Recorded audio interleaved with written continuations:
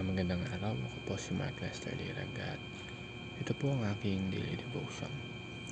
Ngayong December 3, nabiktima ka na ba ng ghosting?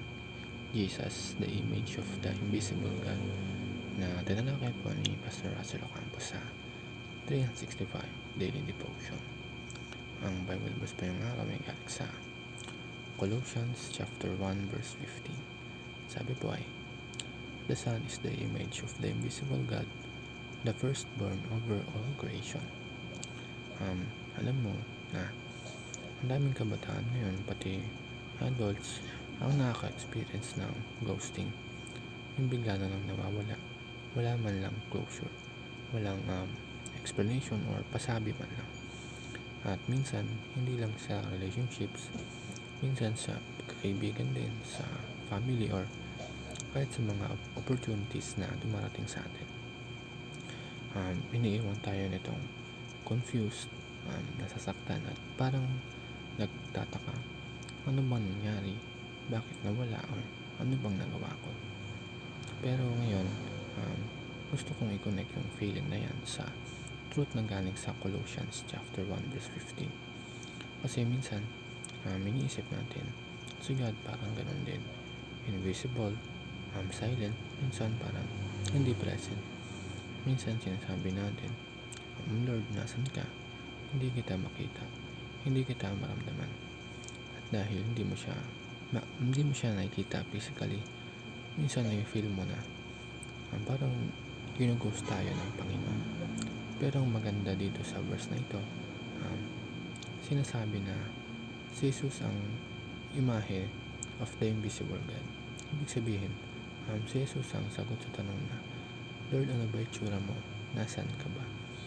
At kung gusto mong malaman kung ano si God, kung paano siya magmahal, paano siya mag-forgive, kung gaano siya ka-gracious, at kung gaano siya ka-personal, tingnan mo si Jesus. Siya yung visible picture ng invisible God.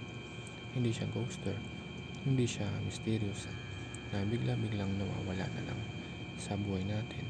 Hindi siya nag-disappear. Ang first teaching is, God is not distant but near and personal. Kapag sinabi mong near, hindi lang siya parang malapit physically. Near in a way na He understands your feelings, your struggles, your fears. Kaya nung dumating si Jesus dito sa mundo, He became Emmanuel, God with us. Hindi siya nagstay sa heaven para lang i-observe tayo. Bumaba siya, naglakad siya kasama ng tao. Kumain siya, nakipag-usap, nag-care at nag-encourage. Pangalawa, God is not passive but active and relational. Minsan iniisip natin, si God hindi kumikilos, parang silent. Pero when you look at Jesus, makikita mo na sobrang active niya. He reached out to people na walang pumapansin sa kanila. He touched the sick, He forgave sins, and He comforted the broken. He taught the lost. Ibig sabihin, si God hindi pala nakaupo lang. He moves, He works, He engages. At sa sarili mong life ngayon, baka feeling mo silent siya, pero hindi ibig sabihin na passive siya.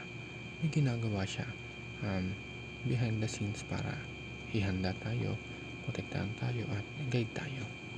At ang last, God is gracious, loving, and sacrificial. Kapag nag-ghost ka, minsan nararamdaman mo na hindi ka worth it, parang hindi ka enough, or baka may mali sa'yo.